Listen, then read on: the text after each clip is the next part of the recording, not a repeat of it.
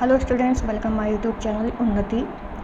आज हम घटना चक्र जो बुक है RO के लिए समीक्षा अधिकारी, सहायक समीक्षा अधिकारी, इसमें सारे क्वेश्चंस जितने भी टॉपिक्स हैं उन सभी टॉपिक्स को हम इस बुक के थ्रू कवर करेंगे।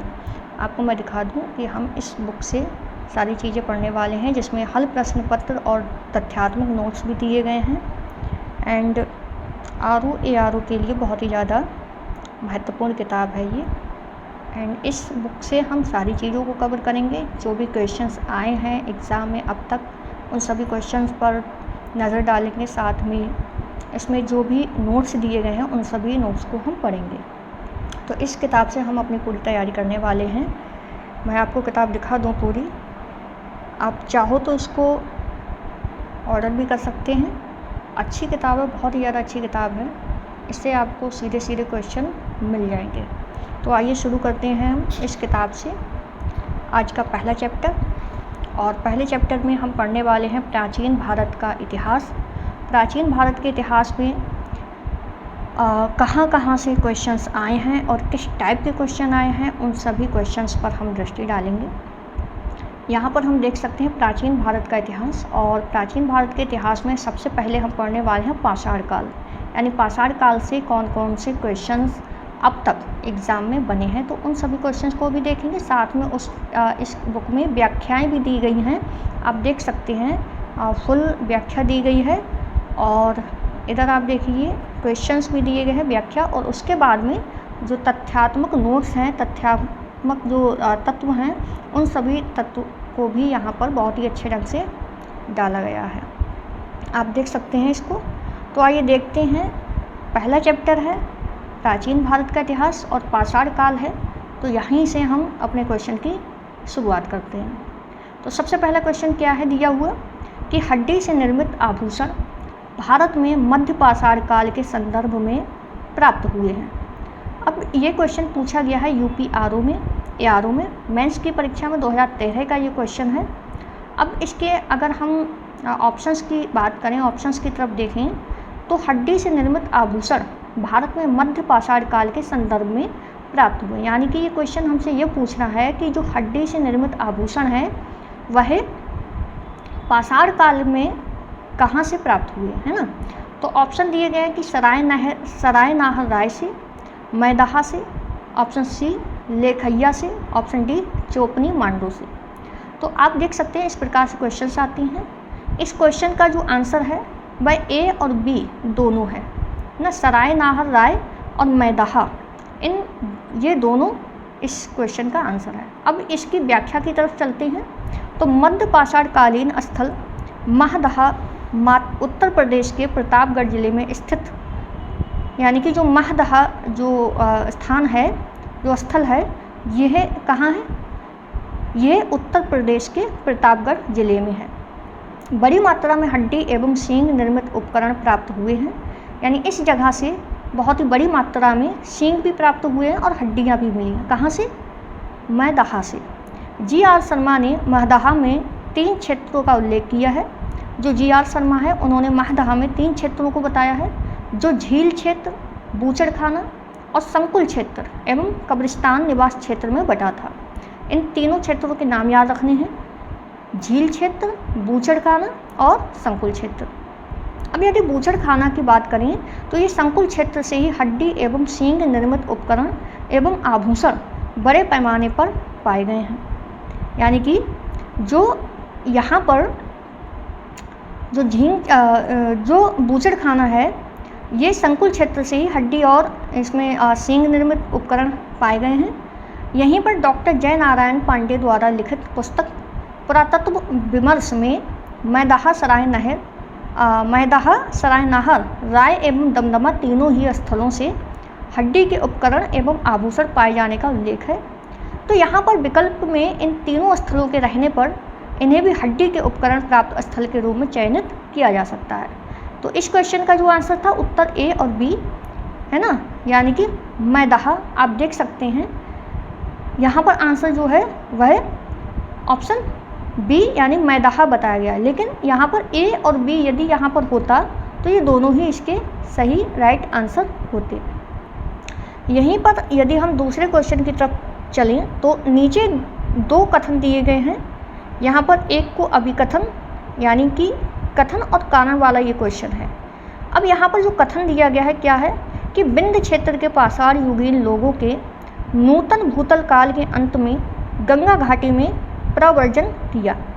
वहीं पर कारण है क्योंकि जलवायु परिवर्तन के कारण इस काल में सशक्तता का चरण था। अब यहाँ पर ये कथन और कारण वाला ऑप्शन दिया गया है।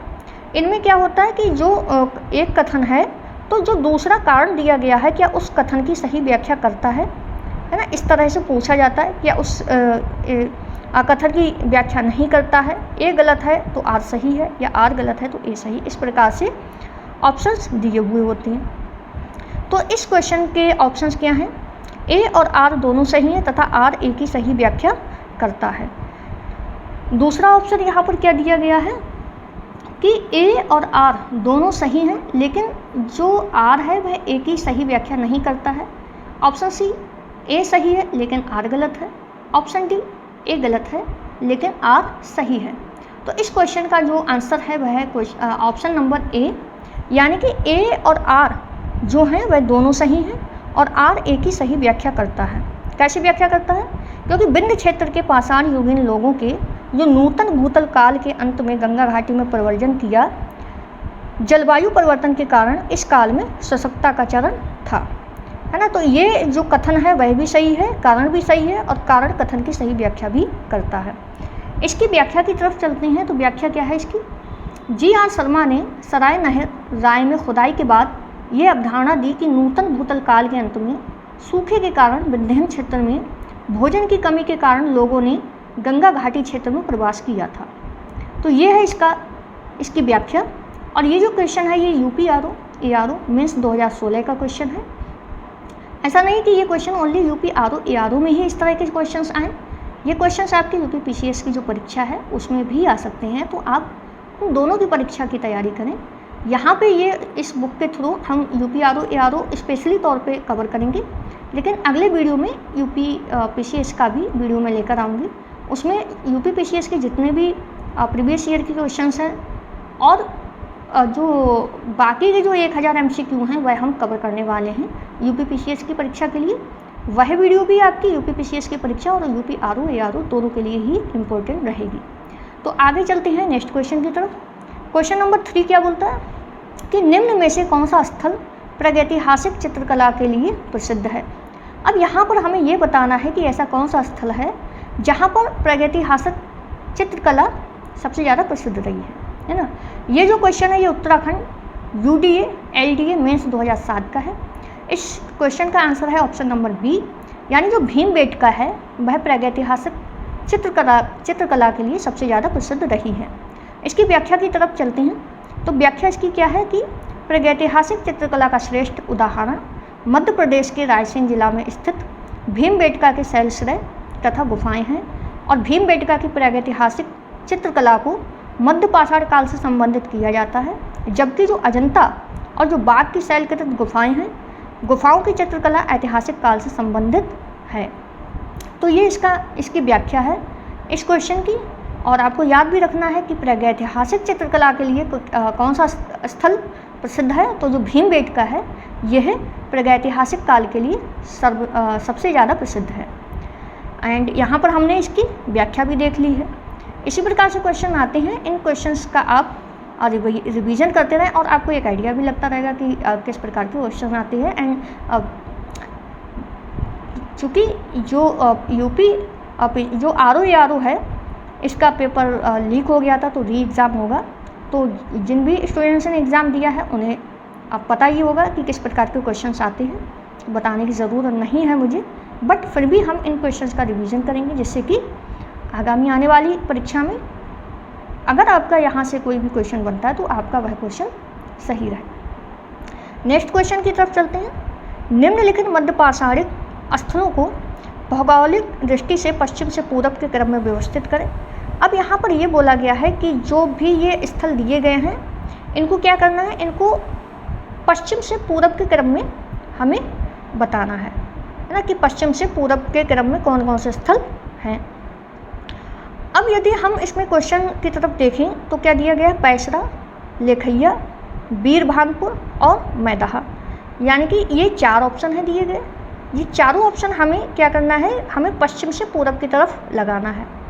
अब चूँकि यहाँ पर ऑप्शंस आप देख लीजिए, 4, 2, 3 और 1 है ना, 1, 4, 3 और 2। यदि हम इसके ऑप्शन नंबर सी की तरफ चलें तो ऑप्शन नंबर सी में क्या है दिया हुआ,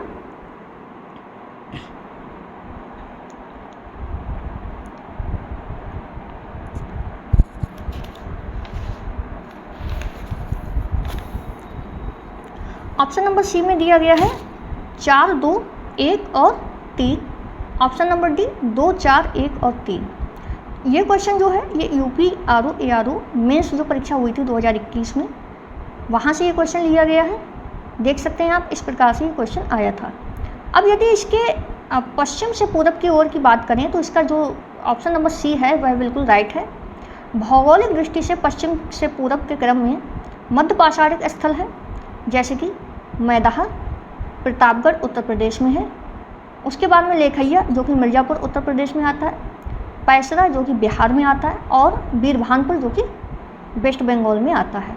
तो आप इसको देख सकते हैं, सबसे पहले यूपी है ना, क्योंकि ये जो 2 क्षेत्र हैं, ये 2 जो स्थल हैं दोनों के दोनों यूपी के हैं। उसके बाद में यूपी के पास में बिहार है। तो आप यदि इसको आप वेस्ट से ईस्ट की तरफ देखें तो आप यहाँ पे देखेंगे सबसे पहले मैदाहा आएगा है ना, वेस्ट होता है, मैदाहा आएगा। उसके बाद में लेखैया आएगा।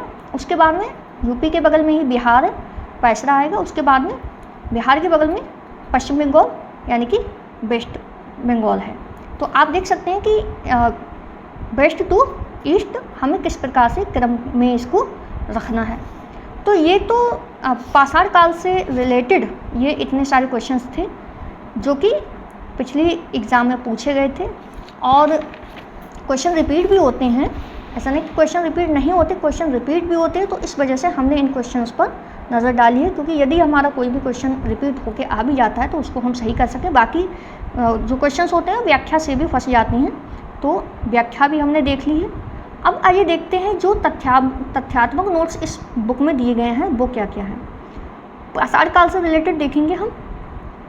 तो पाषाण काल में सबसे पहले क्या बताया कि पशुपालन का प्रारंभ मध्य पाषाण काल में हुआ था।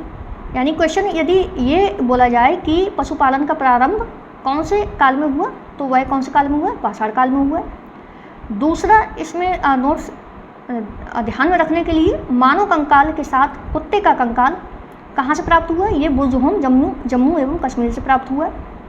तो क्वेश्चन आपका ऐसे भी बन सकता है कि मानव कंकाल के साथ है ना कुत्ते का कंकाल कौन से स्थान से प्राप्त हुआ है, तो आपको ये याद रखना है कि बुर्ज़होम जम्मू कश्मीर से प्राप्त हुआ है। उसके बाद में क्या है कि सर्वप्रथम खाद्यान्नों का उत्पादन नवपाषाण काल में हुआ है। तो क्वेश्चन आपका कैसे बनेगा कि जो खाद्यान्नों का उत्पादन है वह कौन से काल में हुआ है।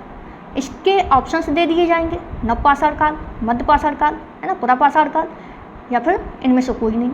तो आपको क्या करना है, आपको ध्यान में रखना है कि जो खाद्यान्न है, खाद्यान्न का जो उत्पादन हुआ था वह सबसे पहले कौन से काल में हुआ, वह नवपाषाण काल में हुआ।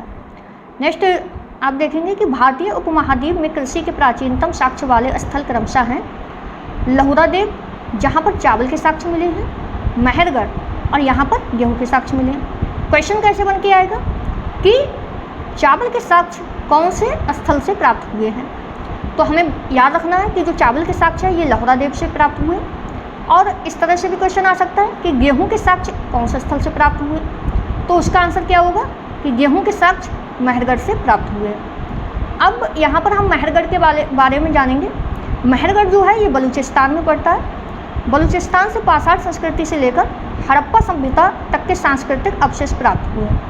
यानी जो मेहरगढ़ है, मेहरगढ़ में क्या है, पाषाण संस्कृति से लेकर हड़प्पा सभ्यता तक के सांस्कृतिक अवशेष प्राप्त। क्वेश्चन कैसे आएगा कि पाषाण संस्कृति से लेकर हड़प्पा सभ्यता तक के जो सांस्कृतिक अवशेष हैं वह कौन से स्थान से प्राप्त हुए। तो हमें वहाँ पर ऑप्शंस दे दिए जाएंगे, जैसे कि मेहरगढ़ दे दिया जाएगा है ना, और बाकी के और जो हड़प्पा दे दिया जाएगा, भीमबेटका दे देंगे, अमरावती दे देंगे, इस प्रकार से दे देंगे है ना, या फिर लहुरादेव दे देंगे। तो वहाँ पर हमें ये याद रखना है कि हमारा जो आंसर होगा वह क्या होगा महरगढ़ से पाषाण संस्कृति से लेकर हड़प्पा सभ्यता तक के सांस्कृतिक अवशेष प्राप्त हुए। आगे हम क्या देखेंगे, भारतीय पुरातत्व सर्वेक्षण संस्कृति मंत्रालय के अधीन एक विभाग है। क्वेश्चन क्या बनेगा कि भारतीय पुरातत्व सर्वेक्षण कौन से विभाग के अधीन है। यहाँ पर आपको ऑप्शंस दे दिए जाएंगे, जैसे कि संस्कृति मंत्रालय है ना, खाद्य एवं कृषि मंत्रालय या फिर रक्षा मंत्रालय। इस प्रकार से आपको 4 मंत्रालयों के नाम दे दिए जाएंगे और वहाँ पे आपसे सही आंसर पूछा जाएगा। तो हमें ये याद रखना है कि जो भारतीय पुरातत्व सर्वेक्षण है यह संस्कृति मंत्रालय के अधीन एक विभाग है। तो ये होगा हमारे पाषाण काल से रिलेटेड फैक्ट। अब यहाँ पर हम देखेंगे सैंधव सभ्यता एवं संस्कृति। सैंधव सभ्यता किस प्रकार की थी और उसकी संस्कृति किस प्रकार की थी। तो सैंधव सभ्यता जो है आद्य ऐतिहासिक काल की सभ्यता है। क्वेश्चन कैसे आएगा कि कौन सी सभ्यता आद्य ऐतिहासिक काल की सभ्यता है। ऑप्शंस दे देंगे, सैंधव सभ्यता है ना, और मिस्र की सभ्यता, इस प्रकार से मेसोपोटामिया की सभ्यता, इस प्रकार से दे देंगे। यहाँ पर आपको याद रखना है कि आद्य ऐतिहासिक काल की जो सभ्यता है वह कौन सी सभ्यता है, सैंधव सभ्यता है। नेक्स्ट क्या देखेंगे हम, सिंधु घाटी की सभ्यता आर्यों से पहले की सभ्यता थी। क्वेश्चन कैसे पूछेगा कि आर्यों से पहले की सभ्यता कौन सी सभ्यता, आर्यों से पहले की सभ्यता कौन सी थी। ऑप्शंस वहाँ पर इसी प्रकार से दे देंगे। तो आपको वहाँ पे ध्यान रखना है कि जो सिंधु घाटी की सभ्यता है ये आर्यों से पहले की सभ्यता थी। नेक्स्ट फैक्ट क्या है कि पुरातात्विक अन्वेषण हड़प्पा संस्कृति की जानकारी का प्रमुख स्रोत है। क्वेश्चन कैसे बनेगा कि हड़प्पा संस्कृति की जानकारी का प्रमुख स्रोत कौन सा है या क्या है। आपको ध्यान में रखना है कि पुरातात्विक अन्वेषण हड़प्पा संस्कृति की जानकारी का प्रमुख स्रोत है। नेक्स्ट फैक्ट क्या है कि हड़प्पा वासियों को तांबा, कांसा, स्वर्ण और चांदी की जानकारी थी। क्वेश्चन कैसे बनता है, ये जो क्वेश्चन है ये यूपीएससी की परीक्षा में भी आया हुआ है। उसमें क्या पूछा था कि जो आर्यों से पूछा गया था वहाँ पर कि आर्यों को लोहे का ज्ञान था या नहीं था, है ना, इस प्रकार से क्वेश्चन आया था। तो यहाँ पर आपको क्वेश्चन किस प्रकार से मिलेगा कि हड़प्पा वासियों को तांबा, यानी हड़प्पा वासियों को कौन कौन से चीज़ों की जानकारी थी, इस प्रकार से दे देंगे। तो तांबा, कांसा, स्वर्ण और चांदी। वहीं पर किस प्रकार क्वेश्चन है, यदि घुमाएंगे तो कैसे करेंगे कि हड़प्पा वासियों को कौन सी चीज़ की जानकारी नहीं थी, है ना। वहाँ पर तांबा, कांसा, स्वर्ण, चांदी या फिर यहाँ पर और भी कुछ ऐड कर देंगे, ऐसा कुछ ऐड करेंगे जो जिसकी जानकारी हड़प्पा वासियों को नहीं थी। तो आपको ये याद रखना है, फैक्ट वाली चीज़ है कि तांबा, कांसा, सोना और चांदी, इन चारों चीज़ों की जो जानकारी थी वह हड़प्पा वासियों को थी, क्योंकि आभूषण बनते थे चांदी के और सोने के। और कांस्य सभ्यता तो पता ही है आपको, हड़प्पा वासी चांदी मुख्यतः राजस्थान की जाबर खान से प्राप्त करते थे। जो हड़प्पा वासी थे, जो चांदी के जेवर थे वह राजस्थान की जो जाबर खान थी वहाँ से प्राप्त किए जाते थे। चांदी के लिए अन्य मुख्य स्रोत अफगानिस्तान एवं ईरान में स्थित थे। नेक्स्ट फैक्ट क्या है कि हड़प्पा निवासी मिट्टी के बर्तनों का व्यापक पैमाने पर निर्माण करते थे। क्वेश्चन कैसे बनेगा कि मिट्टी के बर्तनों का व्यापक पैमाने पर निर्माण कौन करते थे। आपके ऑप्शंस दे दिए जाएंगे, वहाँ पर ऑप्शन आपको हड़प्पा भी मिलेगा। तो आपका सही आंसर जो होगा वह क्या होगा, हड़प्पा निवासी। नेक्स्ट क्या बनेगा फैक्ट कि बनावली से पक्की मिट्टी की बनी हुई हल्की प्रतिकृति मिली है। तो क्वेश्चन ऐसे बन जाएगा कि पक्की मिट्टी की बनी हुई हल्की प्रतिकृति कौन से स्थल से मिली है। तो ये कहाँ से मिली है, ये बनावली यानी कि हरियाणा में जो कि स्थित है, हरियाणा में पड़ता है। तो ये बनावली से मिली थी पक्की मिट्टी की बनी हुई हल्की प्रतिकृति। इस प्रकार के क्वेश्चंस बहुत पूछे जाते हैं। नेक्स्ट बहुत ही ज़्यादा इंपॉर्टेंट, सबको पता होगा कि सैंधव सभ्यता के महान स्नानागार के साक्ष्य कहाँ मिले हैं, मोहनजोदाड़ो से प्राप्त हुए। ये क्वेश्चन वनडे वाली एग्ज़ाम ले लें या पीसीएस की एग्ज़ाम ले लें या यूपीएससी की एग्ज़ाम ले लें, कोई भी एग्ज़ाम ले लें आप, ये क्वेश्चन आपको हर जगह पर मिलेगा। सैंधव सभ्यता के महान स्नानागार के साक्ष्य कौन से स्थल से प्राप्त हुए, इस प्रकार से क्वेश्चन बनेगा। आपको आंसर क्या देना है, मोहनजोदड़ो। नेक्स्ट फैक्ट क्या है कि सिंधु घाटी सभ्यता की प्रमुख विशेषता नगर नियोजन को माना जाता है। तो सिंधु घाटी की जो सबसे मुख्य विशेषता थी वह थी सिंधु घाटी की जो नगर नियोजन की जो व्यवस्था थी, ये इसकी सबसे प्रमुख विशेषता थी। तो यहाँ पर हमने चैप्टर 1 को कंप्लीट कर लिया है, प्राचीन भारत का इतिहास यानी ये जो पहला पेज है इसको हमने कंप्लीट किया है, प्राचीन भारत का इतिहास। यहाँ पर हमने पाषाण काल को सब डिटेल से पढ़ा है एकदम, और जो भी क्वेश्चन आए हैं उन सभी क्वेश्चंस को देखा है। और उसके बाद में जो फैक्चुअल चीज़ें थी, जो फैक्ट वाली चीज़ें थी, उन फैक्चुअल चीज़ों पर भी हमने प्रकाश डाला है, और हमने प्रत्येक क्वेश्चन को अच्छे ढंग से पढ़ा है। और मैंने आपको सारी चीज़ें बता ही दी हैं, किस प्रकार से क्वेश्चंस आते हैं और आपको किस प्रकार से अपनी तैयारी करनी है और आपको किन किन चीज़ों पर ध्यान रखना है। आई होप आपको वीडियो पसंद आया होगा। तो वीडियो आपको पसंद आया तो वीडियो को लाइक, शेयर और कमेंट ज़रूर करें, एंड चैनल को सब्सक्राइब जरूर कर लें, जिससे कि आगे का जब भी वीडियो पड़े आपके पास समय से उसका नोटिफिकेशन पहुंच जाए। इसी प्रकार से हम इस बुक्स में दिए गए जितने भी टॉपिक्स हैं, जो भी टॉपिक्स हैं, उन सभी टॉपिक्स को हम कवर करेंगे। अब इस बुक में ये मैंने आपको नहीं दिखाया था, आप यहाँ पे देख सकते हैं कि इस बुक में सारी चीज़ें हैं दी गई जो हमारे सिलेबस के अंतर्गत आती हैं। तो भारतीय इतिहास जो कि हम पढ़ ही रहे हैं, पेज नंबर 3 से 92 तक, है ना। तो ये भारतीय इतिहास हमने पढ़ लिया। इसी प्रकार से हम इन सभी टॉपिक्स को कवर करेंगे। और यहाँ पर जो समसामयिक घटना है ये अब पुराना हो गया, तो इस टॉपिक को हम जो हमारी इस टाइम पर जो वर्तमान जो प्रेजेंट टाइम पर जो समसामयिक घटनाएं चल रही हैं उनके थ्रू हम इस टॉपिक को कवर करेंगे। बाकी की चीज़ें हम इस बुक से कवर कर लेंगे। भारतीय राज्य व्यवस्था का शासन, भूगोल, भारत एवं विश्व, सामान्य विज्ञान, पर्यावरण एवं पारिस्थितिकी, आर्थिक एवं सामाजिक विकास, राज्य आधारित प्रश्न, समसामयिक घटनाएं, और ये तो हम करंट के टाइम से जोड़ेंगे इसको। गणित एवं तर्क शक्ति, जो गणित एवं तर्क शक्ति के जो भी क्वेश्चंस बनते हैं, जो भी आते हैं, इन सभी को हम इसी तरह से पढ़ेंगे। आई होप आपको वीडियो पसंद आया है, तो वीडियो को लाइक, शेयर कर दें, चैनल को सब्सक्राइब कर दें। तब तक के लिए पढ़ते रहें, खुश रहें। जय हिंद।